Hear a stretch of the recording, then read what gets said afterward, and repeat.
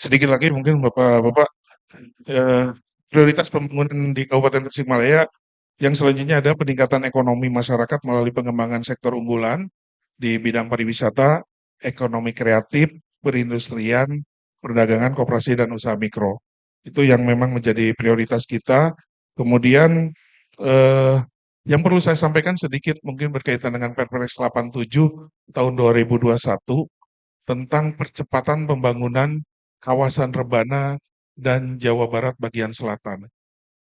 Ini merupakan suatu kebijakan top down, yaitu kebijakan dari pusat ke daerah, di mana ini sebagai salah satu keberpihakan pemerintah pusat terhadap kondisi kabupaten kota yang berada di Jawa Barat bagian selatan. Kalau itu terdiri dari 5 kabupaten di Jawa Barat bagian selatan, yaitu Sukabumi, yang paling barat, kemudian Cianjur, kemudian Garut, kemudian Tasikmalaya, kemudian Pangandaran. Kenapa adanya Perpres 87 ini? Ada 3 isu strategis yang menjadi sorotan. Yang pertama adalah ketimpangan dan pemerataan pembangunan yang memang jauh tatkala kita bandingkan antara kondisi di Jawa Barat bagian selatan dengan Jawa Barat bagian tengah dan Jawa Barat bagian barat. Betul nggak Bapak Ibu?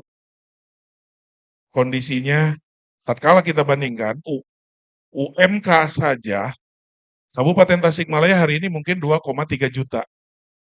Tapi kalau untuk UMK di Bogor atau di Bekasi, itu sudah di atas 5 juta Bapak Ibu.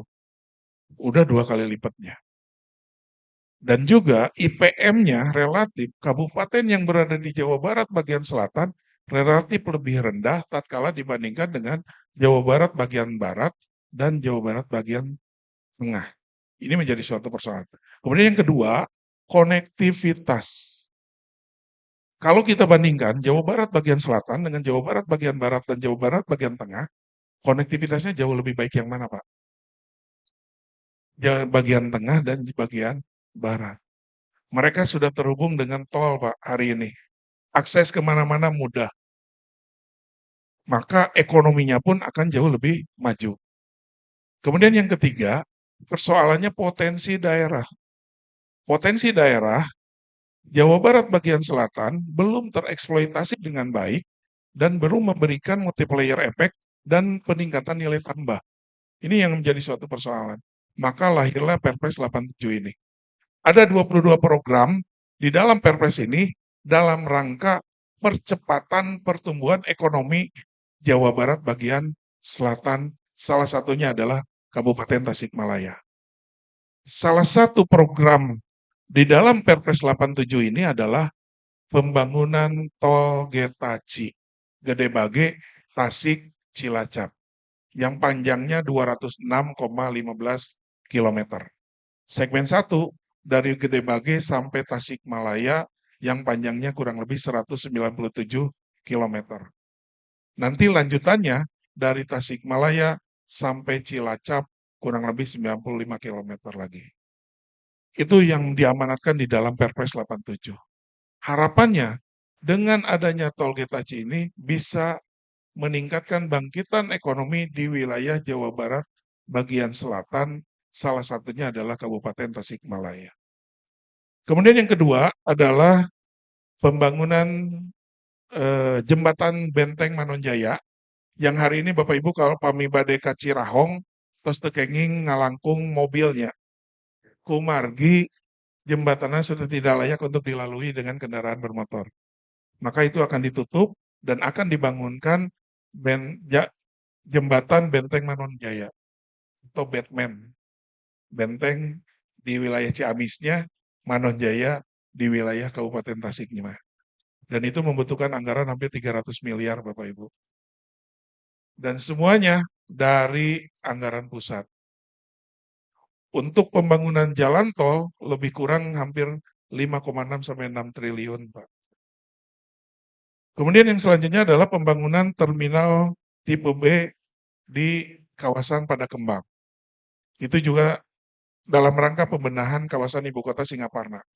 Upami Bapak Ibu ke Singaparna, nu ditingali nu pertama kesan pertamana kumuh sareuseuh sareng naon Pak bau intinya. Maka hari ini yang diprioritaskan adalah bagaimana membenahi kawasan Singaparna, ibu kota Kabupaten Tasikmalaya bisa lebih tertata dengan baik. Maka terminal dan pasar akan kita pindahkan ke Padakembang. Kemudian yang selanjutnya adalah pembangunan tempat pemrosesan akhir sampah terpadu di Nangkalea. Kita belum memiliki TPA, insya Allah itu akan dibangun dengan TPAST yang itu bersumber dari World yang nantinya kita sebagai penerima manfaatnya. Kemudian bangunan pasar Padakembang yang seterusnya 2024 itu selesai karena ada beberapa hal yang menjadi persyaratan untuk pembangunan itu belum terpenuhi, maka ke depan insya Allah mudah-mudahan itu bisa dipercepat sehingga pemindahan pasar Singaparna ke Padakembang ini bisa lebih dipercepat. Kawasan Singaparna akan kita tata akan jauh lebih baik lagi. Kemudian pengembangan destinasi wisata tentu yang menjadi prioritas juga karena kita berbicara masalah potensi daerah. Kemudian pencetakan sawah baru yang seiring dengan adanya alih fungsi lahan. Kemudian juga pengembangan di sektor perikanan dan perkebunan lainnya. Contoh, untuk tambak. Mulai tahun depan, dengan panjang pantai kita 50,314 km, itu akan didanai dari pemerintah pusat dengan pembangunan tambak udang Faname. Kemudian yang kedua adalah yang diprioritaskan untuk dibangunkan pabrik pengolahan kelapa dan turunannya. Kalau kita berbicara kelapa, semuanya manfaat Bapak Ibu. Dari mulai daunnya, buahnya, batoknya, dan lain sebagainya. Itu semua manfaat. Maka akan dibangunkan pabrik kaitan dengan pabrik kelapa dan turunannya. Kemudian, Bapak Ibu, yang perlu saya sampaikan bahwa yang tidak terpenting adalah yang perlu kita sikapi di Kabupaten Tasikmalaya ini kaitan dengan inflasi. Inflasi itu apa sih sebenarnya? Inflasi itu sebetulnya kalau masyarakat menganggapnya bahwa itu kenaikan harga ya. Tatkala harga naik, terjadi nih, mulai goyah gitu. Contoh terjadi kenaikan eh, minyak goreng ya banyak. Heboh se-Indonesia. Kelangkaan minyak goreng heboh se-Indonesia. Itu yang menjadi persoalan di Kabupaten Tasikmalaya. Akan tetapi dengan komitmen pemerintah daerah ini, Kabupaten Tasikmalaya bisa menjaga inflasi dengan baik sehingga tidak ada istilah di Kabupaten Tasikmalaya yang menjadi adanya goncangan secara ekonomi, Pak. Misalkan ada kelangkaan bahan baku ataupun komoditi di satu wilayah. Ini menjadi concern kita dengan berbagai program yang kita laksanakan dan alhamdulillah dengan komitmen kita untuk mengendalikan inflasi, inflasi itu adanya kenaikan harga karena adanya pengaruh supply dan demand ataupun karena adanya permintaan dan pasokan, kemudian juga adanya pola distribusi yang memang terhambat. Itu yang menjadi persoalan. Akan tetapi dengan berbagai program yang kita laksanakan, alhamdulillah Kabupaten Tasikmalaya memperoleh penghargaan dari Presiden Republik Indonesia di tahun 2023 ini sebagai kabupaten terbaik dalam pengendalian inflasi se-Jawa Bali. Sewilayah Jawa Bali, Bapak Ibu. Dan baru minggu kemarin, kita memperoleh penghargaan di tingkat provinsi sebagai kabupaten terbaik nomor 1 di Jawa Barat. Itu sebagai salah satu bentuk komitmen pemerintah daerah bagaimana pemerintah daerah Kabupaten Tasikmalaya bisa hadir di tengah-tengah masyarakat untuk menjaga perekonomian khususnya berkaitan dengan pengendalian inflasi di masyarakat.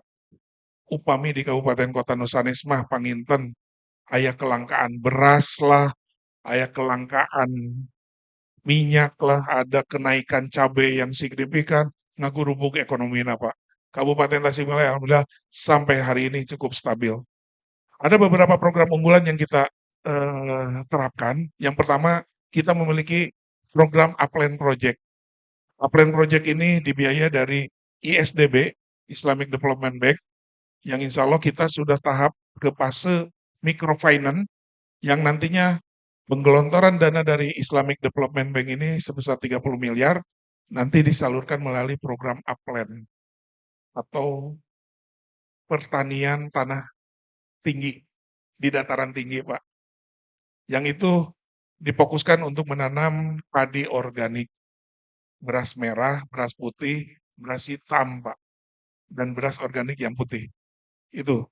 Dan ini sudah ada sekitar 3.194 petani sebagai penerima manfaat dalam program ini. Dan dana yang sudah digulirkan 10,5 miliar. Alhamdulillah cukup signifikan, Pak.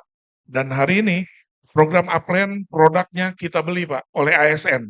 2,6 ton dibeli oleh ASN produk pertanian yang dihasilkan dari Upland Project.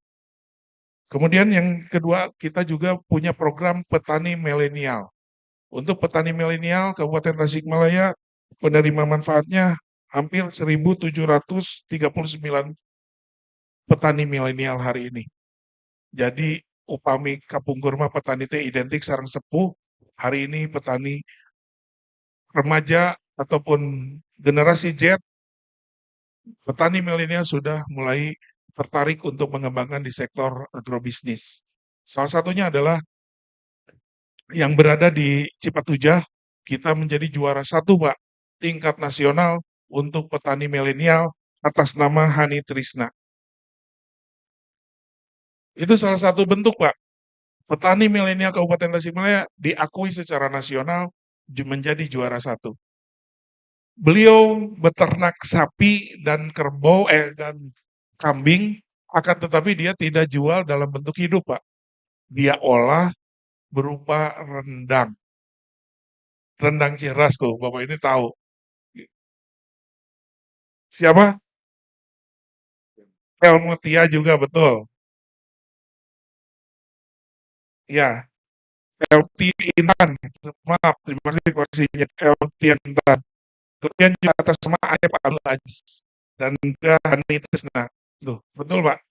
Ini salah satu bentuk gitu komitmen kita bagaimana ini bisa berprestasi gitu di tingkat nasional maupun provinsi. Kemudian kita juga punya program close loop BJB Krodi. Nanti mungkin bisa disampaikan juga, close loop BJB Krodi ini merupakan kerjasama tripartit antara petani, kemudian dengan Bank BJB, dan juga dengan PT Krodi. Ada 5 aspek yang memang menjadi persoalan, yaitu dengan kerjasama dengan PT Krodi ini adalah akses pasar, akses informasi, keamanan pasokan, dan juga aman kualitas dan kuantitas, serta akses pembiayaan. Itu nanti disampaikan mungkin kalau dari BJB. Kemudian kita juga tidak kalah penting, Pak, punya program KPPER, yaitu kredit program pemberdayaan ekonomi rakyat yang diinisiasi oleh 4 lembaga keuangan BUMD Kabupaten Tasikmalaya, yaitu PT BPR Cipatujah, Jabar, PT LKM Panca Tengah, kemudian PD BPR Arta Galunggung, dan PD BPR Arta Sukapura. Dari 2018 sampai hari ini, lebih dari 45.000 UMKM yang dibantu dengan program KPPER ini. Mangga Bapak Ibu, tatkala Bapak Ibu tertarik untuk menggunakan program ini, silakan untuk berkomunikasi dengan lembaga keuangan yang ada di BUMD Kabupaten Tasikmalaya. Insya Allah untuk pendanaannya relatif lebih ringan dan itu relatif hampir sama dengan KUR, kredit usaha rakyat, Pak. Ini program yang memang menjadi unggulan di pemerintah daerah. Kemudian selanjutnya, BUMD kita PT Abiyakta Dharma Yasa hari ini sedang menginisiasi satu produk, yaitu namanya Geotas, Zeolit Tasikmalaya, di mana ini merupakan gabungan antara zeolit dengan bahan-bahan organik. Yang nantinya harapannya ini menjadi solusi terhadap petani dalam rangka pemenuhan pupuk. Meskipun produk yang akan kita hasilkan bukan pupuk tetapi sebagai pembenah tanah. Ada beberapa keunggulan dengan penggunaan Geotas ini.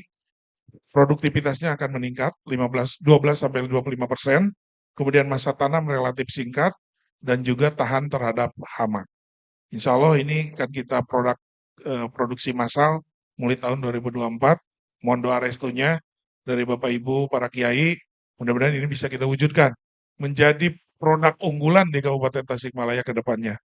Demikian beberapa hal yang dapat saya sampaikan berkaitan dengan program-program yang memang menjadi prioritas pembangunan khususnya di sektor ekonomi. Banyak hal yang perlu saya sampaikan sebetulnya dengan keterbatasan waktu.